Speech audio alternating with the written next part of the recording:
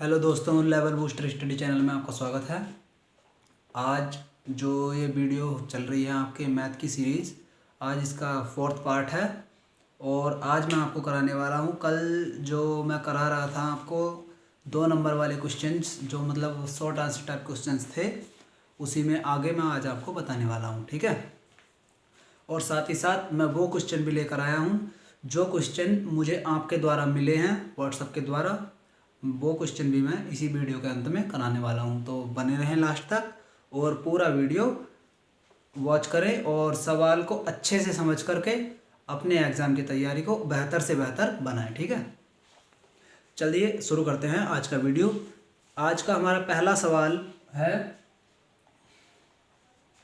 कि बिंदु A 3 तथा B-4, 6 को मिलाने वाले रेखाखंड, यानी किसी रेखा के दोनों छोरों के ये बिंदु हैं और इस रेखाखंड को 2:1 के अनुपात में विभाजित किया गया है, ठीक है। और जो बिंदु इस रेखा को 2:1 के अनुपात में विभाजित करने वाला है, वो उस बिंदु के निर्देशांक क्या हैं वो आपसे पूछे गए हैं, ठीक है।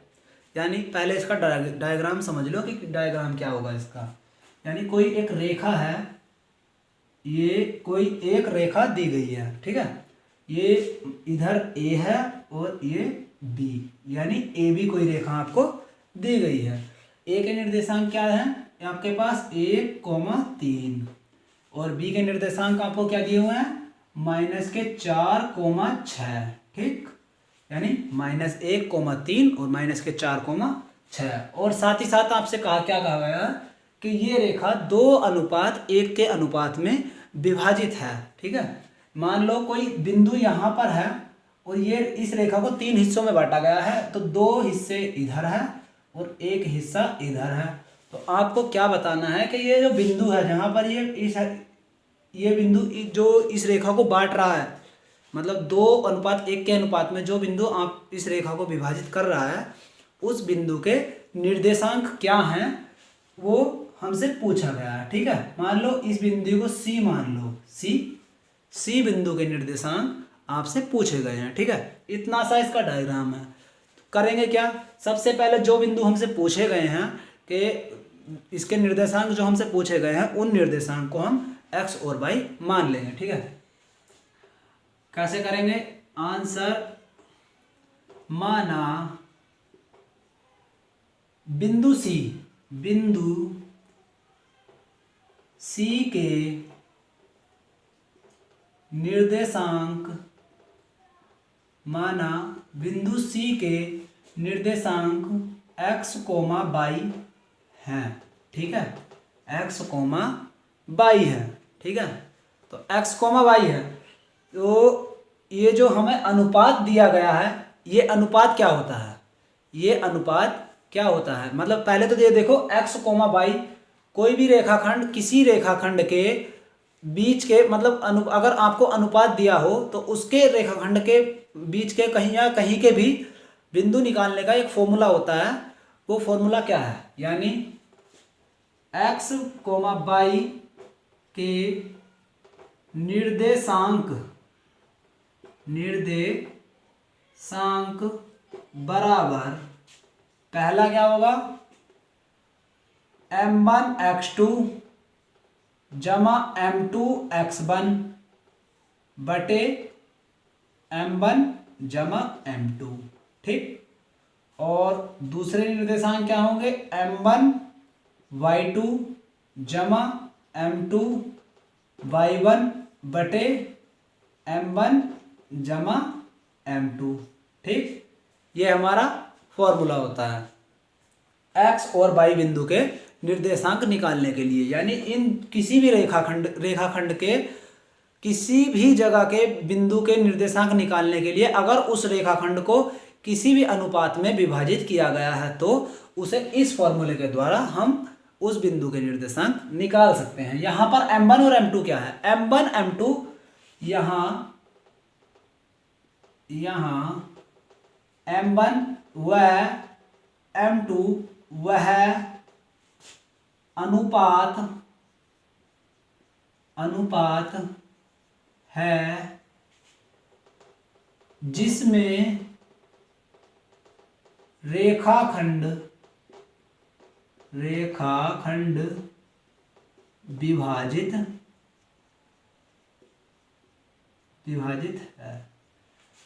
यहां M1 और M2 क्या है, यहां M1 और M2 वह अनुपात है जिसमें ये रेखाखंड विभाजित है। यानी M1 क्या है आपके पास, M1 बराबर 2 M2 बराबर 1। वह अनुपात जिस अनुपात में ये रेखा विभाजित है वही M1 और M2 है। ठीक है, निकाल लो फॉर्मूले में अपने, इसके मान डाल दो, ये A और बिंदु B के निर्देशांकों के और आपका जो अनुपात दिया हुआ है उस अनुपात के मान डाल दो। यानी इसको मान लो x1, इसको y1 और इसको x2 और इसको y2। ये आपका निर्देशांक ज्यामिति का सवाल है और 2 नंबर से 4 नंबर कहीं भी आपके लिए आ सकता है। 2 नंबर में भी आ सकता है और 4 नंबर में भी इसी टाइप का सवाल आ सकता है, बिल्कुल इसी रेंज का।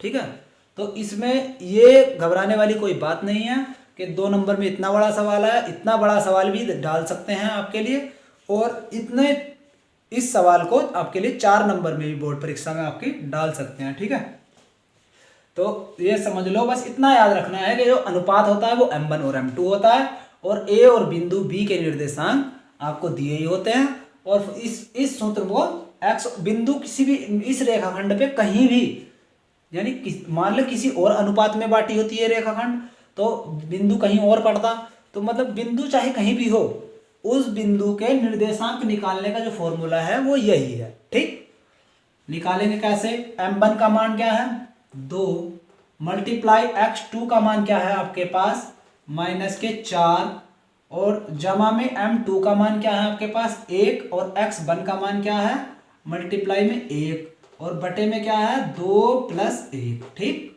और कॉमा में M1 का मान क्या है आपके पास 2 मल्टीप्लाई x/2 का मान आपके पास क्या है 6 प्लस M2 का मान क्या है 1 और y1 का मान क्या है आपके पास 3 और बटे में आपके पास क्या है 2 + 1।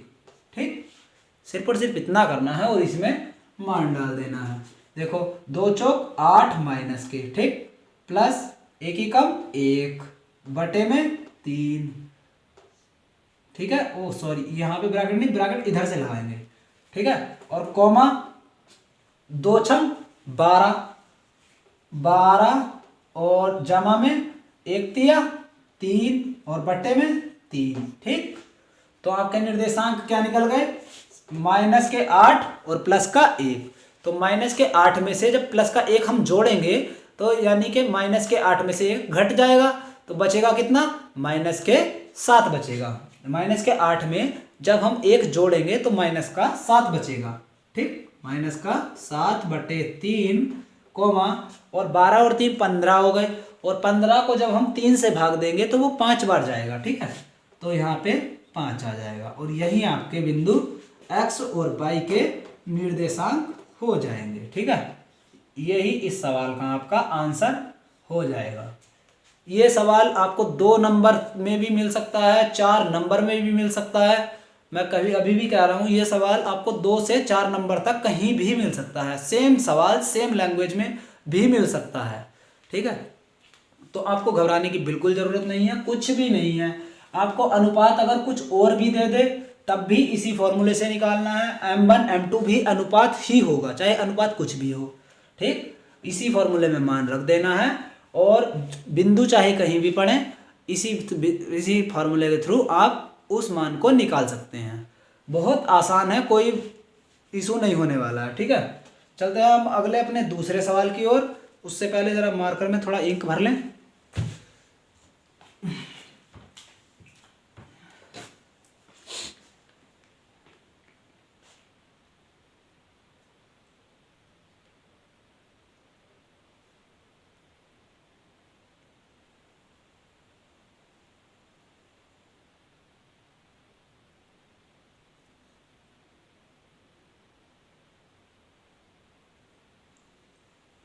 ये हो गई हमारे मार्कर में इंक। अब चलते हैं हम अपने अगले सवाल की ओर। ठीक है, अगला सवाल हमारा देखते हैं क्या है। पहले इसे मिटा दें।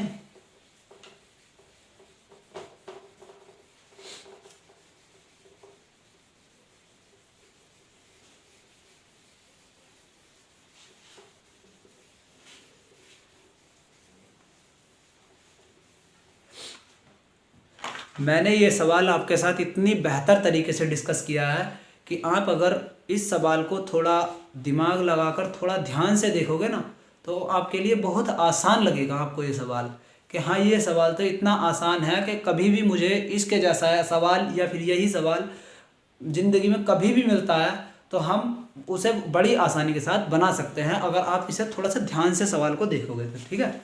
और अगर आपको एक बार में समझ में ना आए तो प्लीज़ वीडियो को रिवाइंड करके थोड़ा सा पीछे से देख लेना, दूसरी बार में तो डेफिनेटली समझ में आ ही जाएगा, ठीक है।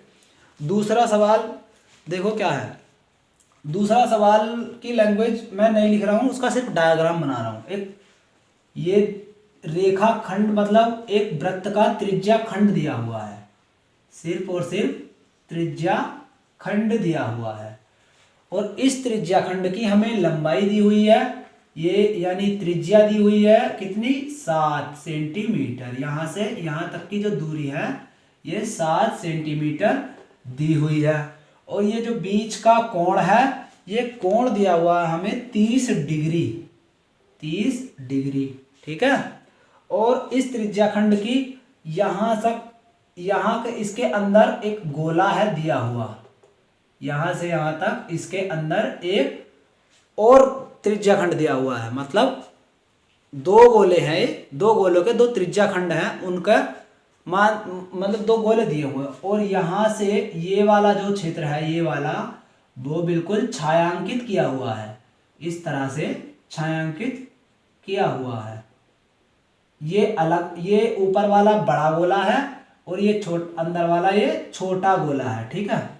ये छोटे गोले का क्षेत्र है और इस यहाँ से यहाँ तक यानी यहाँ से और यहाँ तक की जो दूरी दी हुई है वो दी हुई है 3.5, 3.5 यानी छोटे वाले गोले की जो त्रिज्या आपको दी हुई है वो 3.5 दी हुई है और बड़े वाले गोले की जो त्रिज्या आपको दी हुई है वो 7.5 आपको दी हुई है, ठीक है। वो 7 सेंटीमीटर आपको दी हुई है, ठीक है। तो आपसे पूछा क्या गया है कि ये वाला क्षेत्र है, ये वाला जो ये छायांकित वाला क्षेत्र है, ये आगे वाला ये वाला जो क्षेत्र है इस क्षेत्र का क्षेत्रफल कितना है, आपसे सिर्फ और सिर्फ यही पूछा गया है, ठीक है। तो आपको दोनों गोलों की पहले तो त्रिज्या देखनी है क्या क्या है। R1 क्या है आपके पास, R1 है 7 सेंटीमीटर, यानी पहले गोले की त्रिज्या को R से हम प्रदर्शित करते हैं। तो R1 क्या है आपके पास 7 सेंटीमीटर। आज का ये हमारा दूसरा सवाल है। R1 आपके पास 7 सेंटीमीटर है और R2 क्या है आपके पास, R2 है आपके पास 3.5 सेंटीमीटर, यानी R2 आपके पास क्या है 3.5 सेंटीमीटर है, ठीक है। R2 आपको 3.5 सेंटीमीटर दी हुई है और जो थीटा है वो थीटा आपको क्या दिया हुआ है 30 डिग्री दिया हुआ है, ठीक है। थीटा आपको 30 डिग्री दिया हुआ है, ठीक है। इसमें जो त्रिज्या खंड है मतलब छायांकित जो भाग है, ये जो भाग है ये इसको बोलेंगे हम छायांकित भाग, छायांकित भाग, इसका हमें क्षेत्रफल बताना है। मैं एक लाइन में इस सवाल को खत्म कर सकता हूं, बिल्कुल सिर्फ और सिर्फ एक लाइन आपको याद रखनी है और ये सवाल बिल्कुल यहीं का यहीं खत्म हो जाएगा। क्या लाइन याद रखनी है, छायांकित भाग का जब भी इस तरह का कोई भी सवाल आपको मिले, जब भी इस तरह का कोई भी सवाल आपको मिले तो सिर्फ और सिर्फ इसका एक फॉर्मूला याद रखना है। वो क्या है, छायांकित भाग का क्षेत्रफल, छायांकित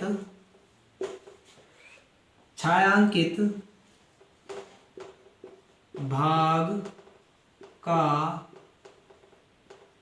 क्षेत्रफल बराबर थीटा बटे 360 थीटा बटे 360 multiply pi R1 square minus R2 square. ठीक है, आपको सिर्फ और सिर्फ ये लाइन याद रखनी है और कुछ भी नहीं करना है। आपको इतनी सी एक लाइन ये याद रखनी है, छायांकित भाग का क्षेत्रफल बराबर थीटा बटे 360 और बराबर में थीटा बटे 360 गुणा पाई और ब्रैकेट में R1 का स्क्वायर और माइनस R2 का स्क्वायर। ठीक है, अब क्या करेंगे हम, सीधा सीधा R1 हमारे पास है, R2 हमारे पास है और थीटा भी हमारे पास है। हम सीधा सीधा सिंपल से इसमें मान रख देंगे और जो है इसका छायांकित भाग का क्षेत्रफल निकाल लेंगे। कैसे रखेंगे, थीटा का मान 30 डिग्री अपॉन 360 मल्टीप्लाई पाई का मान 22/7 22/7 और R का मान, R1 का मान क्या है हमारे पास 7 का वर्ग माइनस R2 का मान क्या है हमारे पास 3.5, यानी 3.5 को अगर हम आधा मतलब वैसे लिखेंगे तो 7/2 होगा, यानी हम दशमलव में ना लिख करके उसको भिन्न रूप में लिखेंगे तो 7/2 यानी 3.5 ही होता है, 7/2 का वर्ग। ठीक, इससे क्या होगा, हमें इस सवाल को करने में आसानी हो जाएगी।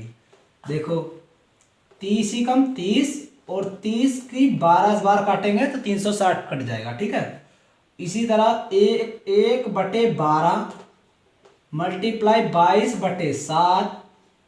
ठीक है, और यहां से क्या करेंगे हम 7 का स्क्वायर दोनों ओर से कॉमन बाहर, यानी 7 का स्क्वायर कॉमन, ब्रैकेट के अंदर क्या बचा, यहां से 7 का स्क्वायर कॉमन हुआ तो यहां पर 1 बचा। ठीक है, और माइनस यहां से भी 7 का स्क्वायर कॉमन हो गया तो नीचे ऊपर तो 1 ही बचेगा, नीचे का हो जाएगा 2 का वर्ग 4। ठीक, देखिए कितना आसान तरीके से मैं करा रहा हूं। या आपको गुणा भाग भी लंबी लंबी नहीं करनी पड़ेगी, आप यहां से क्या करेंगे 7 का स्क्वायर एक साथ कॉमन कर लेंगे। ठीक, इसको बाहर ले आए, 7 के इस वाले 7 से इस घात को हम काट देंगे, खाली 7 बचेगा यहाँ पे। यहाँ से 2 से 12 को काटेंगे 6 बार और 2 से 11 को 12 को 22 को काटेंगे 11 बार, तो यहाँ पे हमारा क्या बचा 11 सत्ते 77, 77/6 77/6 बाहर हमारा इतना ही बचा सिर्फ कटने के बाद।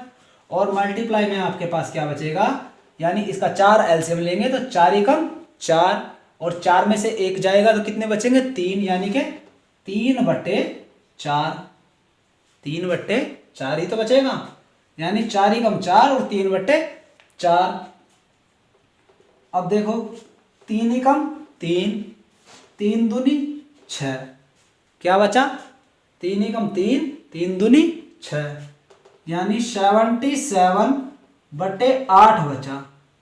आप चाहो तो यहाँ पे इतना भी छोड़ करके इसका आंसर दे सकते हो, और अगर आपसे दशमलव में आंसर पूछा है तो आप इसका काट करके दशमलव में आंसर बता सकते हो। कितना होगा 8 9 72, 8 9 72, 9 बार चला जाएगा बचेगा 5, दशमलव लगा दो बन गया 50, 8 6 48 बचा 2, 2 के पीछे 0 लगाओगे तो 20 बन गया, 8 दूनी 16 और 8 पंजे 40। ठीक, यानी आपका जो आंसर आने वाला है वो है 9.625 9.625 आपका कंप्लीट आंसर होने वाला है। ठीक है, यानी आपके पास जो आंसर होने वाला है वो 9.625 वर्ग सेंटीमीटर जो आपके छायांकित भाग का क्षेत्रफल होने वाला है।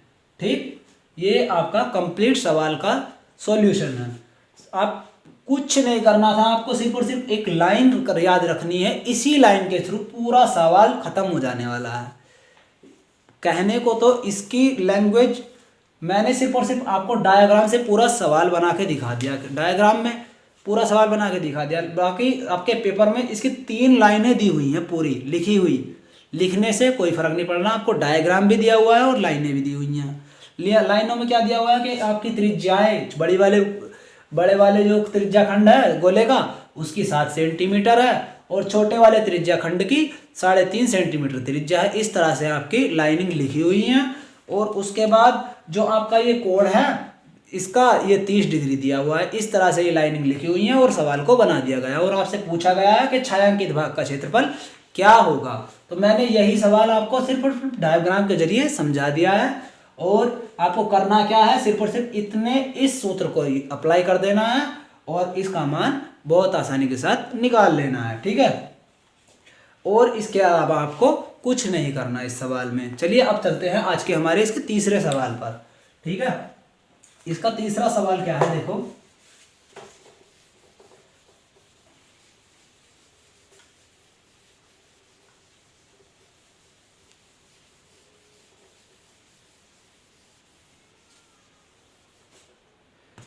तीसरा सवाल क्या होने वाला है। एक सारणी दी हुई है, ये आपका जो माध्य समांतर माध्य से सवाल आया हुआ है सारणी वाला। ठीक है, सारणी वाला ये सवाल आपको दिया हुआ है। यानी एक दिया हुआ है उपज प्रति हेक्टेयर, उपज प्रति हेक्टेयर, हेक्टेयर। ठीक है, और दूसरा दिया हुआ है खेतों की संख्या, यानी कि बारंबारता वाली जो लाइन होती है वो खेतों की संख्या के रूप में आपको दी हुई है। खेतों की संख्या के रूप में आपको दी हुई है। ठीक है, 40 से 44 और इससे आगे का जो दिया हुआ है वो 45 से 49 और उसके बाद 50 से 54 और उसके बाद 55 से 59 और उसके बाद 60 से 64 और 65 से 69 ये आपको सारणी दी हुई है इस तरह से। ठीक है, ये आपको इस तरह की सारणी दी हुई है।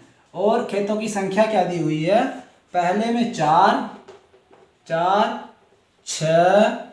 16 और 20 और 30 और यहाँ पे 24, ये जो है आपको इस तरह की सारणी आपको दी हुई है। ठीक है, और आपसे क्या पूछा गया है कि इस जो सारणी का है इसका सारणी का समांतर माध्य क्या होने वाला है, वो आपसे पूछा गया है। ठीक है, समांतर माध्य यानी उपज प्रति क्विंटल हेक्टेयर कितनी होने वाली है, यानी इसका समांतर माध्य क्या होने वाला है, सीधा सा सवाल आपसे ये पूछा गया है। ठीक है, तो समांतर माध्य निकालने के लिए आपको क्या करना पड़ेगा, सबसे पहले ये देखो उपज प्रति हेक्टेयर का जो आंकड़े हैं क्या सतत हैं।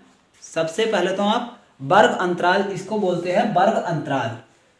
वर्ग अंतराल क्या, बराबर यानी सतत है सभी में। देखो 40 से 44 हो रहा है, फिर 45 से 49, लेकिन 44 और 45 के बीच में कितना गैप दे दिया, 1 का, और 45 और 49 के बीच में कितना गैप है, 4 का। तो वर्ग अंतराल तो सतत नहीं है। तो सबसे पहले तो हमें वर्ग अंतराल को सतत बनाना पड़ेगा। सतत कैसे बनाएंगे, सतत बनाने के लिए देखो 44 से 45 के बीच का कितना गैप है, 1, 49 से 50 के बीच कितना गैप है, 1 का, और 54 से 55 के बीच के कितना गैप है, 1 का, यानी कि सभी के बीच में 1 का गैप है इनका। तो हमें सतत बनाने के लिए क्या करना पड़ेगा, जो छोटी संख्या है उसमें से आधा माइनस करना पड़ेगा और बड़ी संख्या में आधा प्लस करना पड़ेगा। यानी छोटी संख्या में आधा माइनस कर देंगे और बड़ी संख्या में आधा प्लस कर देंगे, तो हमारा जो ये गैप है ये बिल्कुल खत्म हो जाएगा और हमारे जो आंकड़े बनेंगे वो बिल्कुल सतत बन जाएंगे। ठीक है, किस तरह से बनाएंगे, देखो सबसे पहले लिखते हैं उपज प्रति हेक्टेयर, उपज प्रति हेक्टेयर, उपज प्रति हेक्टेयर के आंकड़े कैसे सतत बनेंगे, जब 40 में से आधा घटाएंगे तो बनेगा 39.5 से 44 में आधा जोड़ देंगे तो 44.5 बन जाएगा। ठीक, उसी तरह से 45 से आधा घटा देंगे तो 44.5 माइनस से ये बन जाएगा आपका 50 नहीं 49.5 और अगला 49.5 से 54.5 और 54.5 से 54.5 से 59.5 और 59.5 से 59.5 से 64.5 और 64.5 से 64.5 से 69.5। ठीक, ये आपके आंकड़े बन जाएंगे। अब आप ये चेक कर लो कि क्या आपके आंकड़े जो बन रहे हैं बिल्कुल सतत आंकड़े बन रहे हैं या नहीं बन रहे हैं। देखो 39.5 से 44.5 और अगले आंकड़े क्या है 44.5 से 49.5, यानी हर एक में गैप सिर्फ और सिर्फ 5 का ही दिखाई देगा। जो आपका बीच में जो एक एक का गैप दिखाई दे रहा था वो गैप अब आपको नहीं दिखाई देने वाला है, यानी अब आपके आंकड़े बिल्कुल सतत बन चुके हैं। ठीक है, अब आपके आंकड़े बिल्कुल सतत बन चुके हैं। अब यदि सतत आंकड़े आपको सतत ही आंकड़े दी जाते तो आपको इतना कुछ करने की जरूरत नहीं पड़ती, लेकिन आपको आंकड़े सतत नहीं दिए हुए थे तो आपको यह करना पड़ा। आप क्या करेंगे, इसका मध्यमान करेंगे, मध्यमान। मध्यमान, मध्यमान को क्या लिखते हैं हम, x और i। ठीक है, मध्यमान का मतलब क्या होगा, इसको और इसको जोड़ करके आधा कर देंगे, यानी 44.5 और 39.5 को जब जोड़ेंगे तो कितना बनेगा हमारे पास 44 और यानी कि 84 बन जाएगा, और 84 का आधा वो 84 का आधा कितना हो जाएगा 42, और जब इसको और इसको जोड़ेंगे 49.5 और 44.5 को जब हम जोड़ेंगे तो बन जाएगा 47, इसका आधा यानी 47, यानी 94 का आधा कितना बन जाएगा 47, और 54.5 और 49.5 को जब हम जोड़ेंगे तो इसका आधा बन जाएगा 52, यानी ये 104 बन जाएगा जुड़ करके, तो ये 52 बन जाएगा। इसके बाद इसका जो बनने वाला है वो 57 और इसका जो बनने वाला है वो 62 और इसका 67, यानी हर आंकड़े में 5 का ही अंतर होने वाला है। ठीक है, हर आंकड़े में आपके पास 5 का ही अंतर होने वाला है। अब क्या लिखेंगे, खेतों की संख्या, खेतों की संख्या, खेतों की संख्या कितनी होने वाली है आपके पास। देखो ऐसे का ऐसे खेतों की संख्या को लिखना क्या है, एफ आई यानी शॉर्ट फॉर्म में लिखना है, यानी बारंबारता की जो लाइन होती है उसको एफ आई लिखते हैं, मध्यमान की जो लाइन होती है उसे एक्स आई लिखते हैं, और अपॉन में क्या है, मतलब इसके जो नंबर हैं वो क्या है, एक तो 4 है खेत है, दूसरे में 6 खेत हैं, तीसरे में 16 खेत हैं, चौथे में 20 खेत हैं, पांचवें में 30 खेत हैं और छठे में 24 खेत आपको दिए हुए हैं। अब अगला क्या करना है हमें, अब अगला करना है यू आई निकालना है, मतलब आपको यू आई निकालना है। यू आई कैसे निकालेंगे, आपको यू आई निकालने के लिए एक्स आई माइनस ए अपॉन एच, ये फॉर्मूला आपको अप्लाई करना है। ये फॉर्मूला क्या है, एक्स आई क्या है, एक्स आई जो है आपका मध्यमान है, यानी हर बार जो मध्यमान लेंगे उसको पहले वो रखेंगे, फिर उसके बाद ये ए क्या है, ए क्या होता है आपका, ए होता है आपका कल्पित माध्य, जो कि हमें अब मानना पड़ेगा। मानना क्या पड़ेगा, हम पहले आंकड़े गिन लेते हैं, 1 2 3 4 5 6 आंकड़े कितने हैं आपके पास, आंकड़े 6 है, यानी कि आंकड़े हमारी एक सम संख्या है। तो आंकड़े हमारी एक सम संख्या है, तो हम जो कल्पित माध्य लेंगे वो आंकड़ों का आधा प्लस 1, यानी आंकड़ों का आधे से एक अधिक वाली संख्या हम कल्पित माध्य लेंगे।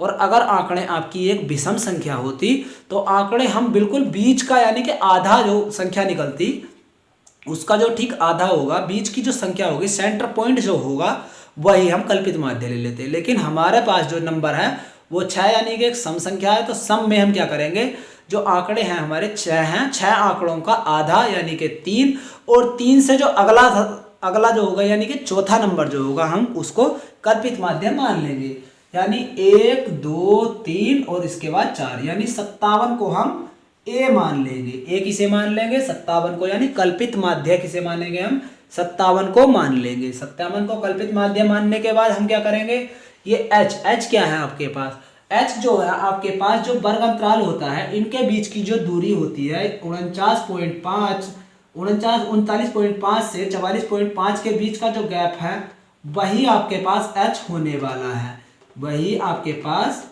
h होने वाला है। ठीक है, और ये दूरी सब में बराबर ही मिलेगी आपको, सभी में आपको ये दूरी बराबर ही मिलने वाली है। तो h बराबर आपके पास कितना निकल रखने वाले हैं आप, 5 रखने वाले हैं h बराबर। ठीक है, रख दो। रखने के बाद रखो, कैसे करेंगे, सबसे पहले 42 यानी 42 माइनस कल्पित माध्य हमने क्या लिया है 57, 57 बटे h कितना निकला हमारे पास 5,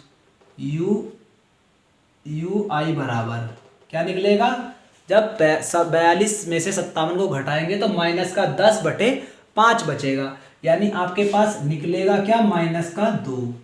ठीक, इसी तरह से जब हम इसके लिए अप्लाई करेंगे 47 माइनस 57, तो सॉरी माइनस का 2 बचेगा, नहीं 15 बचेगा, माइनस का 3 बचेगा, माइनस का 3 बचेगा, यानी माइनस का 15 बचेगा ना, 15 5 दिया 15, यानी माइनस का 3 बचने वाला है। इसी तरह से जब हम 47 में से 57 घटाएंगे तो माइनस का 10 बचेगा, और 10 को जब हम 5 से भाग दे देंगे तो यहाँ पे अगली बार में माइनस का 2 बचने वाला है। उसके बाद बिल्कुल माइनस का 1 बचेगा, उसके बाद 0, फिर प्लस का 1 और फिर प्लस का 2। आप पहले को निकाल करके उसके बाद इस तरह से नंबर को डायरेक्ट भी लिख सकते हैं, क्योंकि संख्याएं इसी तरह की हमेशा बनने वाली होती हैं। ठीक है, अगली लाइन क्या होगी, अगली लाइन आपके पास होगी, ये तो आपके पास यू आई का मान निकल गया। अब हम क्या करेंगे, एफ आई और यू आई का मल्टीप्लाई कर देंगे, एफ आई मल्टीप्लाई यू आई। ठीक है, F I multiply you I, you कैसा है ये छोटा, यानी हम छोटे मान रहे हैं सबको, ये छोटा यू। ठीक है, एफ आई और यू आई का मल्टीप्लाई कर देंगे, कैसे कैसे करेंगे, एफ आई क्या है 4 तिया 12 माइनस के, ठीक 6 दूनी 12 माइनस के, ठीक 16 कम 16 माइनस के, 20 जीरो 0 माइनस के, 30 कम 30 प्लस के, और 24 दूनी 48 प्लस के। और इस लाइन को जब हम जोड़ लेंगे तो इसको लिखते हैं सिग्मा एफ आई और यू आई बराबर, यानी इसका जो योग होगा वो सिग्मा एफ आई और यू आई बराबर में लिख करके इस तरह से लिखेंगे। और योग कितना बैठेगा 40 और 30 70 और 8 78, 78 में से कितना घटाएंगे 12 दूनी 24 और 16 40, 40 हम घटा लेंगे तो आपके पास 38 इसका योग बचने वाला है। और अब क्या बारंबारता वाली लाइन को जब हम इसको लिखेंगे, यानी कि इसको लिखेंगे सिग्मा एफ आई बराबर इसका, यानी योग कर लोगे तो योग कितना होगा 30 और 20 50 और 50 और 20 70 4 74 और 6 80 और 10 90 और 10 पूरा 100, इसका योग आपके पास 100 होने वाला है। ठीक है, बस सिंपल सा आपके पास सभी मान निकल गए, यानी सिग्मा एफ आई और यू आई का भी मान आपके पास निकल गया और सिग्मा एफ आई का भी आपके पास मान निकल गया। ठीक है, और h का मान आपके पास कितना निकला है, h का मान तो आपको पता ही है, जो इनके बीच का अंतर होगा वही आपका h होगा, यानी 5 है। और कल्पित माध्य आपने 57 मान ही रखा है। तो आपको बस अब समांतर माध्य का फॉर्मूला पता होना चाहिए और काम आपका खत्म हो गया। सिर्फ और सिर्फ बारंबारता वाले सवाल में आपको ये टेबल ही बनानी आनी होनी चाहिए, और आप अगर बिल्कुल ध्यान से इस वीडियो को देखोगे तो इसी सवाल से आप किसी भी टेबल को बना पाओगे। ठीक है, अब हमें क्या, हमारे पास क्या होना चाहिए, हमारे पास सिर्फ और सिर्फ अब समांतर माध्य का फॉर्मूला होना चाहिए, जो मैं आपको अब बताने वाला हूं। समांतर माध्य का फॉर्मूला क्या है, समांतर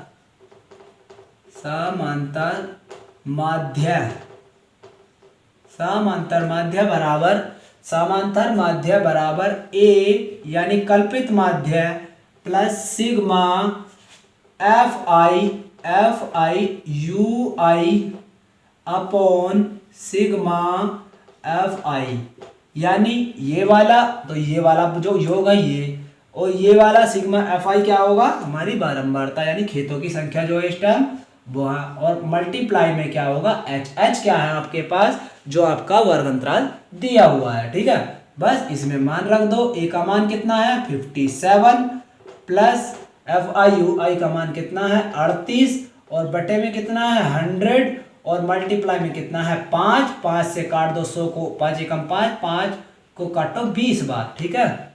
जब 20 बार काट देंगे, अब 20 को एलसीएम ले लेंगे तो 57 दूनी कितना हो जाएगा 114, यानी 1440 और प्लस 38 बटे 20 आपका एलसीएम हो गया, ठीक है। तो 1440 और 38 कितने हो जाएंगे 1478, तो 1478 बटे 20 हो गया, ठीक है। अब इसे ऊपर के भी 200 काट दो, नीचे वाली को संख्या भी 2 से काट दो, 2 धाई 10, 2 सत्ते 14, 2 तिया 6, 2 नम्मे 18, 2 नम्मे वो 2 सत्ते 14, 2 तिया 6, सॉरी ये 14 नहीं 114 होगा, यानी 114, तो ये हो जाएगा आपके पास 114 यानी 30 और 10 40 और 1178, तो 2 पंजे 10 और 2 अट्ठे 16 और 2 नम्मे 18, कितना बना 589, यानी 589 बटे 10 आपके पास बन गया, 589 बटे 10 आपके पास बन गया, ठीक है। यानी 589 बटे आपके पास 10 बना। अब क्या है, नीचे के 10 को अगर हम खत्म करना हो तो हम ऊपर दशमलव लगा देंगे, ठीक है। अब इस भिन्न को हम दशमलव रूप में बदल लेंगे, तो दशमलव रूप में बदलने के लिए क्या नियम है 589 में देखो बटे में क्या है हमारे पास एक 10 ही तो है खाली, तो एक अंक बाद दशमलव लगा देंगे, काम खत्म, ठीक। यानी आपका जो समांतर माध्य निकला है वो समांतर माध्य ये है, समांतर माध्य ये आपका निकला है 58.9 आपका समांतर माध्य निकल गया, ठीक है। बहुत आसानी से आप हर सवाल को सीख सकते हैं, आपको बस करना क्या है, आपको वो ध्यान लगा करके वीडियो देखने की ज़रूरत है और कुछ नहीं, ठीक है। अब मैं वो सवाल कराने वाला हूं जो मुझे व्हाट्सएप द्वारा आपके द्वारा मिले हैं, अब उन सवालों को मैं आपके सामने रखने वाला हूं।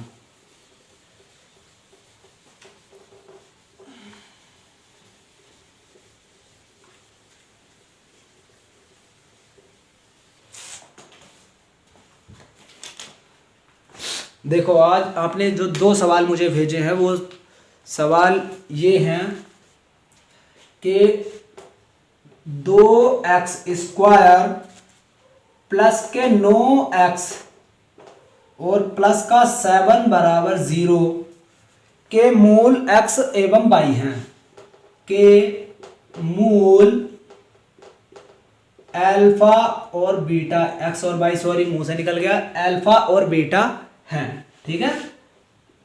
और तब आपसे पूछा क्या गया है, तब अल्फा प्लस बीटा का मान क्या होगा, अल्फा प्लस बीटा का मान क्या होगा। इतना सरल सवाल है कि कुछ भी नहीं कहना है इसका। देखो जो आपकी समीकरण दी हुई है ये बराबर में 0 है, बराबर में 0 जो आपकी समीकरण दी हुई है, इस समीकरण को अपनी जो द्विघात समीकरण होती है उससे तुलना कर लेंगे और मूलों का योग वाला फॉर्मूला लगा देंगे। क्या करेंगे, हमारी जो द्विघात समीकरण होती है वो होती क्या है, द्विघात समीकरण की जो फॉर्म होती है वो क्या होती है, ax² plus bx plus c बराबर 0, यही तो होती है हमारी द्विघात समीकरण, ठीक है।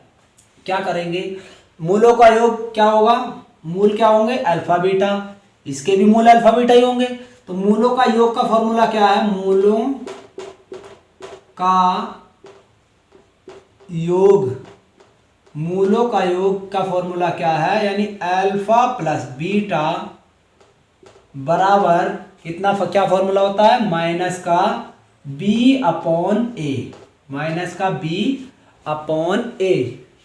हिंदी में समझो तो क्या होता है माइनस का b, माइनस का x का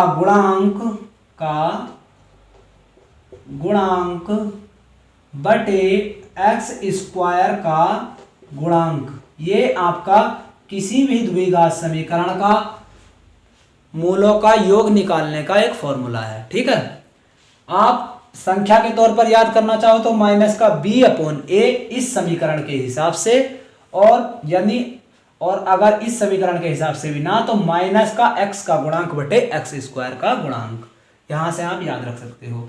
ठीक है, डायरेक्ट मान उठा डाल दो। b यानी b इस समीकरण के हिसाब से तुलना करेंगे तो हमारा b क्या पड़ेगा 9, और ये माइनस का चिन्ह हमारे पास सूत्र में है तो माइनस का 9। ठीक है, क्या माइनस का 9, और बटे में क्या है a का क्या निकलेगा वो देखो। a के लिए आपके पास क्या निकलेगा x स्क्वायर का गुणांक। x स्क्वायर का गुणांक हमारे पास क्या है 2, x स्क्वायर का गुणांक हमारे पास क्या है 2, और इस समीकरण के हिसाब से तुलना क्या करेंगे a भी हमारे पास क्या है 2। यानी आप इतना चीज याद रख लो तो आपको ये हिंदी याद रखने की बिल्कुल भी जरूरत नहीं है। ठीक है, आपको बिल्कुल भी ये हिंदी याद रखने की जरूरत नहीं है, सिर्फ और सिर्फ माइनस का b/a याद रखो और इस द्विघात समीकरण को याद रखो, और इस द्विघात समीकरण से दूसरी वाली आपकी जो समीकरण उसकी तुलना कर लो और उसी हिसाब से समीकरण के मान रख दो। तो 9 माइनस के और बटे में क्या बनेगा 2, अल्फा प्लस बीटा का मान, यही आपका आंसर हो गया। खत्म सवाल बस। और अगर यही आपसे पूछ ले alpha into beta, alpha into beta बराबर क्या, तो क्या इसी के हिसाब से फॉर्मूला यानी c/a। अब आप पूछेंगे कि ये c क्या है, c क्या है हिंदी में अगर याद रखना हो तो अचर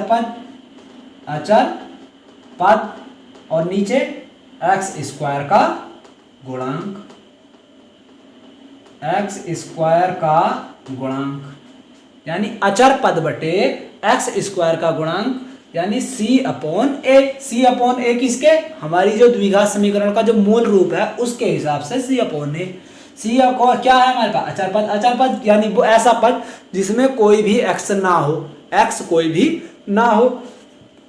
इस समीकरण में कौन सा ऐसा पद है जिसमें x नहीं है, वो केवल 7 है, यानी 7, और a क्या है x स्क्वायर का गुणांक, x स्क्वायर का गुणांक क्या है 2/2, यानी अल्फा इंटू बीटा अगर आपसे पूछा होता तो आपको अल्फा इंटू बीटा का मान 7/2 देना था। बस ये यहाँ पे आंसर होने वाला था। बहुत सिंपल सवाल है, बहुत सिंपल, कुछ भी नहीं है, सिर्फ और सिर्फ लैंग्वेज समझ लेनी है उसकी, कुछ नहीं करना। और देखो अगला सवाल क्या है, अगला सवाल भी आपका समांतर माध्य से ही दिया हुआ है, और इतना सिंपल सवाल दिया हुआ है कि मैं कह रहा हूं कि इस तरह के सवाल कभी भी 1 नंबर से ऊपर नहीं जाएंगे। आपको अगर हाई स्कूल में सवाल आए, इस तरह का कोई भी अगर सवाल आया तो मात्र और मात्र बहुविकल्पीय टाइप में आ सकता है वो सवाल, यानी कि 1 नंबर में आपके लिए वो सवाल सिर्फ और सिर्फ मिलने वाला है। सवाल क्या है, सवाल है 2, 4 और 6 और x व 3 का माध्य का समांतर माध्य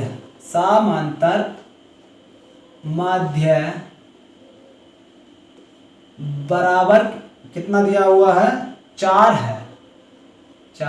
है। ठीक, तो x का मान ज्ञात करना है, तो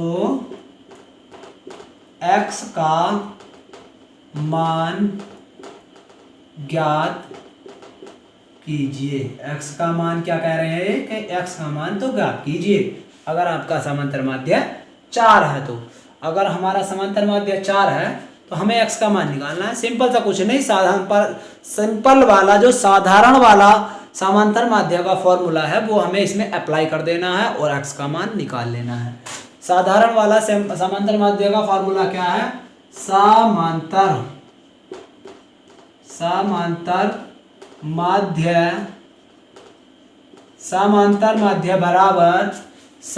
माध्य बराबर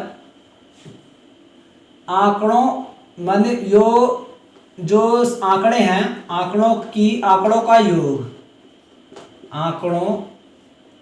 का योग, यानी ये जो संख्याएं हैं मैं इन्हें आंकड़े कह रहा हूं, ये एक आंकड़े ही तो हैं कि आंकड़ों का योग बटे आंकड़ों की आंकड़ों की संख्या, आंकड़ों की संख्या माने आंकड़े कितने आंकड़े हैं उनकी टोटल संख्या और उनका योग क्या है, बट बस। समांतर माध्य में दिया हुआ है, इस फॉर्मूले में मान रख देना। समांतर माध्य में क्या दिया हुआ है, 4। आंकड़ों का योग क्या है हमें नहीं पता, तो हम सभी का योग कर लेंगे। 2 + 4 + 6 + x + 3 अपॉन में कितना, आंकड़े कितने हैं गिन लो, 1 2 3 4 5। कितने आंकड़े हैं हमारे पास, 5 आंकड़े हैं। ठीक, 5 आंकड़े हैं। क्रॉस मल्टीप्लाई इस 5 की 4 के साथ मल्टीप्लाई कर देंगे, क्रॉस मल्टीप्लाई यानी 5 चौक 20 बराबर, संख्याओं को जोड़ लेंगे, 2 और 4 6 और 6 और 6 12 और 3 15 प्लस x, 15 प्लस x। 15 को बराबर से इधर ले आएंगे यानी 20 - 15 बराबर x, x। ठीक, 20 - 15 बराबर x। ठीक है, और 20 में से जब 15 हम घटाएंगे तो क्या बचने वाला है हमारे पास, 5। और क्या निकल गया है, x का मान 5 बराबर x, यानी कि x बराबर 5 आपका मान निकल गया है। ठीक, बस यही आपको बताना था। इसीलिए मैं कह रहा था कि इस तरह का अब अगर कोई सवाल आपके पास आता है तो सिर्फ और सिर्फ आपको बहुविकल्पीय यानी 1 नंबर में मिलने वाला है। और 1 नंबर में भी इतना आसान सवाल है कि चुटकी बजाते ही आप इसको हल कर सकते हो। अगर बहुविकल्पीय आप लिखकर ना करना चाहो, उंगलियों पर भी जोड़कर करना चाहोगे, तब भी आप इनको कर सकते हो। क्या करोगे, जो ये समांतर माध्य है उनको आंकड़ों की संख्या से गुणा कर देना है। यानी आंकड़े कितने, 1 2 3 4 5। समांतर माध्य को आंकड़ों की संख्या से गुणा कर देना है यानी 5 चौक 20। ठीक है, और x को छोड़कर, x को जिसका आपको मान निकालना है यानी x को छोड़कर बाकी सभी संख्याओं को जोड़ लेना है।